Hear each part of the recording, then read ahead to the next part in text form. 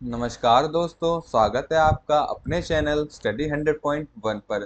तो आज मैं आपके लिए लेकर आया हूँ भारतीय आंदोलनों में से गांधी जी के प्रमुख आंदोलन और गांधी जी द्वारा किए गए स्वतंत्रता संग्राम में एक उनकी क्या भूमिका थी। आज हम उसको भी जानेंगे और गांधी जी के द्वारा किए गए कार्य को भी जानेंगे।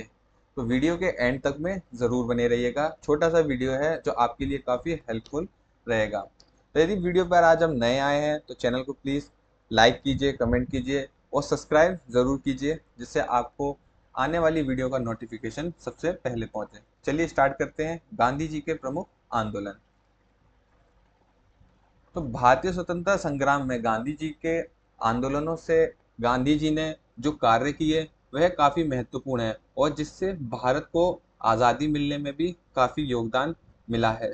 तो महात्मा गांधी ने भारतीय स्वतंत्रता संग्राम में कई महत्वपूर्ण आंदोलन किए, उनका नेतृत्व भी किया, जिससे भारतीय स्वतंत्रता संग्राम को एक नई दिशा देखने को मिली थी।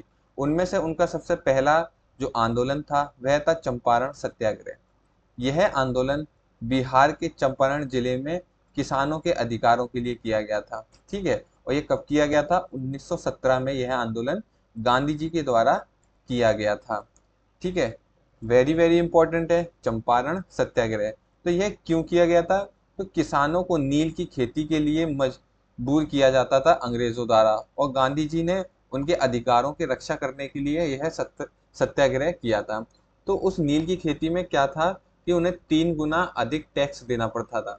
तो इस कारण गांधी जी ने चंपारण सत्याग्रह किया और बिहार के किसानों को इस मजदूरी से बाहर निकाला। तो ये था इनका वेरी वेरी इंपॉर्टेंट सत्याग्रह। आगे बढ़ते हैं, अब दूसरा देखते हैं कौन सा था। तो वह था खिलाफत आंदोलन। तो ये खिलाफत आंदोलन था, यह 1919 से 1924 तक के बीच में चला था। तो ये कब शुरू हुआ था? 1919 में यह शुरू हुआ था। तो यह आंदोलन भारतीय मुसलमानों द्वारा ओटोमन साम्राज्य के खिलाफ ब्रिटिश नीतियों के विरोध में किया गया था। तो ये ओटोमन साम्राज्य क्या है?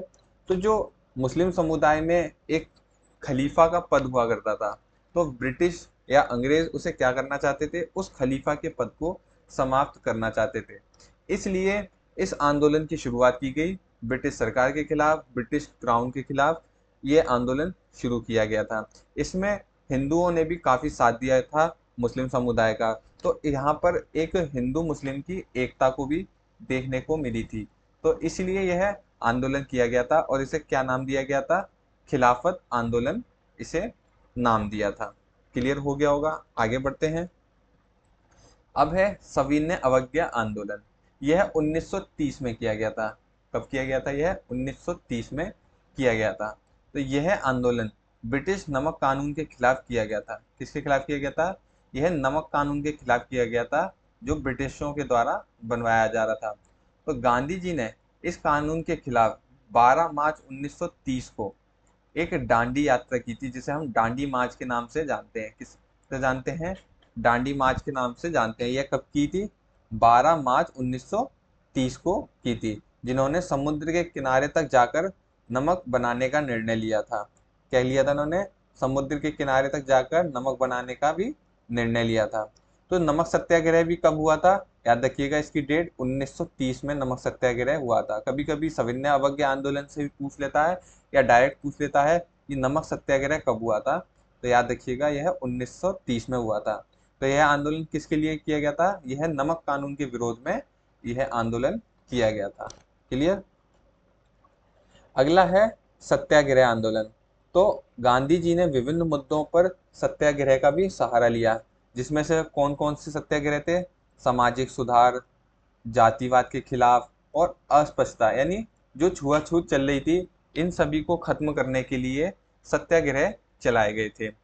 फिर इसके बाद है हरिजन आंदोलन। तो यह आंदोलन भी किस लिए किया गया था? जो हरिजन लोग थे, उनसे जो अस्पृश्यता यानी छुआछूत करते थे उस समय के लोग, तो इस चीज को खत्म करने के लिए गांधी जी ने हरिजन आंदोलन की भी शुरुआत की थी, यानी हरिजनों के अधिकारों के लिए लड़ाई की थी गांधी जी के द्वारा। वेरी वेरी इंपॉर्टेंट है हरिजन आंदोलन। अगला है भारत छोड़ो आंदोलन। बहुत इंपॉर्टेंट है भारत छोड़ो आंदोलन। तो यह कब हुआ था, इनकी आपको डेट याद रखनी है। तो यह 1942 में हुआ था। भारत छोड़ो आंदोलन कब शुरू किया गया था? यह 1942 में शुरू किया गया था। तो यह आंदोलन किसके खिलाफ था? ब्रिटिश शासन के खिलाफ था। ठीक है, तो यहाँ गांधी जी ने क्या कहा था? करो या मरो का नारा दिया था। कहने का मतलब ये था कि भारत छोड़ो आंदोलन एक उग्र रूप ले चुका था, जो कि ब्रिटिश क्राउन के खिलाफ था। उनसे कहा गया था या तो आप चले जाओ या तो फिर हम करो या मरो करेंगे, यानी या तो इस पार या उस पार। तो भारत छोड़ो आंदोलन जब किया गया था तो अंग्रेजों पर काफी दबाव पड़ा था। इसी के कारण इन्होंने भारत छोड़ने का निर्णय भी लिया था। क्लियर? तो इन आंदोलनों ने भारतीय स्वतंत्रता संग्राम में एक नई दिशा दी थी और भारतीयों को एक संगठित होकर अपने अधिकारों के लिए लड़ने के लिए प्रेरित भी किया था। कहने का मतलब ये है, जो गांधी जी के द्वारा ये सभी आंदोलन जो चलाए गए थे, उससे पहले भारतीय लोगों में एकता देखने को नहीं मिलती थी। लेकिन जब से यह आंदोलन चलाए गए तो वहां पर भारतीय लोगों में एक एकता भी देखने को मिली थी, जिस कारण देश को स्वतंत्रता तक पहुंचाने में गांधी जी का भी काफी योगदान रहा था। तो महात्मा गांधी जी के आंदोलनों ने भारतीय स्वतंत्रता संग्राम में एक महत्वपूर्ण भूमिका निभाई और उन्होंने भारतीय समाज में कई सामाजिक और राजनीतिक परिवर्तन लाने में भी मदद की थी।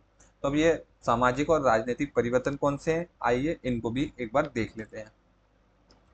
तो गांधी द्वारा कुछ महत्वपूर्ण कार्य भी किए गए थे, जैसे सामाजिक सुधार आंदोलन। तो सामाजिक सुधार आंदोलन, गांधी जी ने भारतीय समाज में व्याप्त सामाजिक बुराइयों जैसे जातिवादों, अस्पृश्यता के खिलाफ आवाज भी उठाई।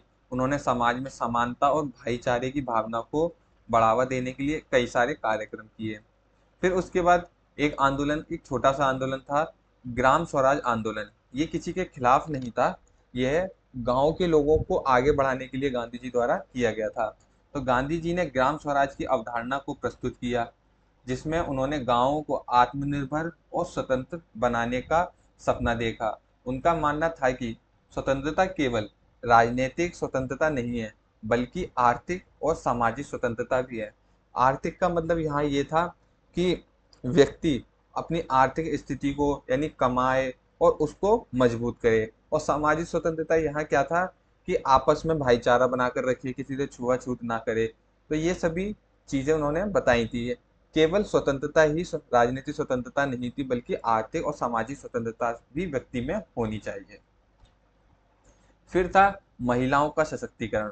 तो गांधी जी ने महिलाओं को स्वतंत्रता संग्राम में कई बार शामिल किया, उन्हें भागीदारी के लिए भी प्रेरित किया और महिलाओं के अधिकारों और उनकी भूमिका को मान्यता भी दी थी, जिसमें महिलाओं ने आंदोलन में एक महत्वपूर्ण योगदान दिया था।